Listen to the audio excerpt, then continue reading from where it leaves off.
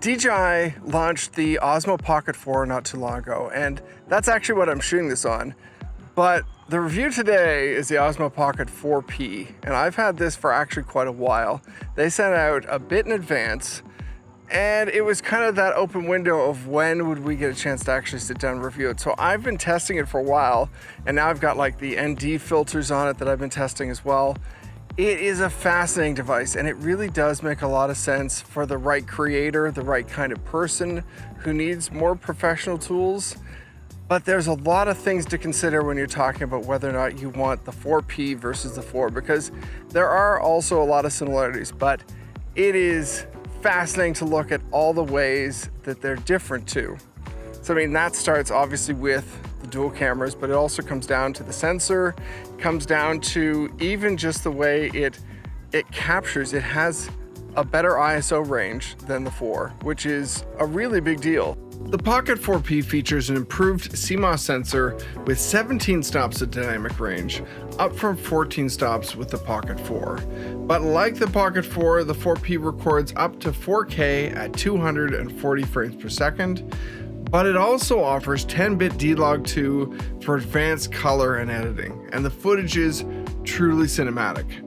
The vlog combo includes the bag plus the smaller pouch, wide-angle lens, selfie light, tripod, the Mic Mini 2, and the frame tap remote. I really like the DJI Mimo app and I use it a fair bit, but the frame tap remote is so handy. It pairs quickly, it does a lot, and you can change the mode, recenter the camera, flip to shoot in selfie mode, and adjust a few core settings. The 4P is almost the same size as its predecessors. It's a little bigger and it weighs a little bit more at 230 grams versus 129.5 grams for the 4. The footage is really the thing to talk about. It is spectacular and cinematic. Aside from the DLOG 2 footage, which I'll get to shortly, all of this footage is unedited, straight from the camera, and the range is gorgeous. Every detail is sharp, the contrast is beautiful, and the focus is clear and easy to control. Although I will say it does struggle sometimes when there's two potential subjects, but the colors pop. And you can really see the power of the sensor and that dynamic range when you start shooting in more difficult conditions, but that's especially true for DLOG. But the highlight of the Pocket 4P is the zoom. While the Pocket 4 captures at 3 times losslessly and up to 6 times digitally, the Pocket 4P captures 3 times and 6 times losslessly and up to 12 times digitally, and the results are striking. This is 12 times zoom or 240 millimeters, and it's pretty amazing. I love how the camera's dealt with the focus here and that soft focus on the background with clear contrast and color range in all of these shots. And it's worth noting that you get this awesome smooth zoom when you hold down the zoom button.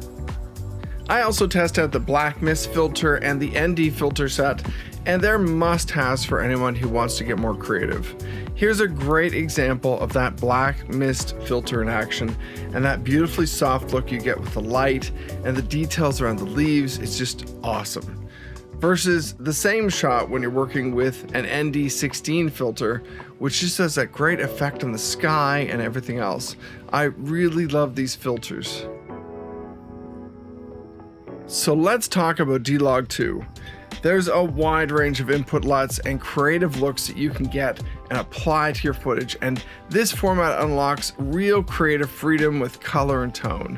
I tried a few different looks here and then used an ND64 filter to make things even more vibrant. I really like the diversity of the footage, the interesting appeal of this footage, and it's perfect for sunsets and deep skies. And just look at the depth here with the ND64. It's gorgeous. Working in DLOG 2, you can really get any color scheme that you want, and I just love that kind of creative freedom. It does take some practice, but it's amazing when it works. And looking at regular footage back with normal color, you can see some of that noise working into this footage, but this is a 12 times zoom with an ND filter on, and I think the quality is still exceptional. On wide angle, you're working with basically a 20mm equivalent at f2, 60mm zoom is at f1.8, and that focus range starts at 8 inches. The camera also has 103 gigabytes of built-in storage, Active Track 8 for better tracking, gesture controls, 4K live photos, and better footage in backlit conditions. Actually shooting with the 4P, I mean, I've been shooting with it for a while. I've done a few of my reviews on my other channel with this camera, not saying which camera it was, but I think the quality is so much higher. I'm shooting this with an ND16 filter on just to kind of test it out, and I think it's amazing what that does for shooting. I mean, with any device, but with these cameras, the fact that I've got the amazing 3x zoom. I mean, if you've got talking heads, that 3x zoom is a big deal. The only thing I will mention that I kind of wish that DJI had included is the fact that they had a gimbal arm that actually locks the gimbal in place when it's not in use. The new 4P does not include a gimbal arm to lock it. It doesn't include anything to kind of store it in. I mean, I know that's not a big deal for most people using it. It's not gonna really affect day-to-day use. You can still avoid damaging it just by being careful, but it is a nice to have. It's one of those things of it was super useful when I was carrying around that device, especially in the sleeve that you can take it around in. I found it useful that it wasn't getting that risk of damage for sure. It's a really noisy environment, so I'm very curious to see how the mics are working. This is the included mic, and I'm going to test out eventually here without that, but there's some really cool stuff to shoot here.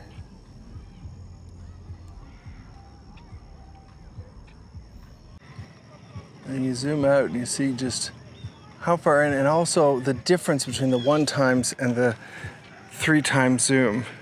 Beautiful. And you can see the effect the ND filter has on the sky. Very cool. The wide-angle lens has an ISO range of 100 to 25,600 and up to 51,200 in low light mode. That's a great step up from the Pocket 4. Photos capture at 37 megapixels and they are impressive as well. And here's a good look at the steadiness walking at a slightly fast pace across some slightly uneven ground. I think it looks really good. It's still that kind of natural walking steadiness, but you can see a little bump to it. This is supposed to be much improved audio quality. The previous models had okay audio right out of the camera, but see how this does. You're probably going to hear a lot more of the background audio. There's a lot of stuff happening in this park right now. I'm overall impressed with the audio quality. I think it's quite natural, especially when you see how well the zoom audio works too. And even walking at a quicker pace here across even bumpier ground, I'm still pleased with the steadiness of the footage. I think it's natural and looks great. Talking about charging, it takes 18 minutes to get from 0 to 80% with a fast charger. A full charge gives you more than 200 minutes, but of course, keep in mind that slow motion and that fill light are going to eat up your battery faster, but I think that's still a respectable amount. So let's talk about slow motion. It's essentially identical to the Pocket 4, but since the sensor offers more range, it does offer a slightly improved quality to it. I'm just amazed at how you can play with time in this mode. At the full 240 frames per second, that's 8 times slower than normal footage. And then you can speed it up or leave it like it is to show off everything. The only downside is that this mode doesn't allow for zoom, so that can be a little limiting, I'll admit. But playing with motion, speed, and angles offers a lot of range in your slow motion. I'm still amazed at how buttery and smooth it is. So, should you get the 4 or the 4P? I love every little detail that's gone into making this a different device from the 4. Definitely they are similar, but there's enough differences that you're gonna wanna think hard about whether or not you need the extra little touch, everything that comes with this, that sensor, everything else, versus the 4, which does almost everything. It even comes down to this. The remote control for the Osmo Pocket 4P is very cool. It's a great added feature. I like the fact that it's actually not built into the device. You don't You don't put this on the device and use it. It's a separate tool. And I think that's an important distinction from another device that recently launched. I really like this, and I think it's a little bit more flexibility and a little bit of one of those things of, if I'm gonna lose something, it's gonna be something like this. And you know, I try not to, obviously we all do, but these are the kind of things we lose.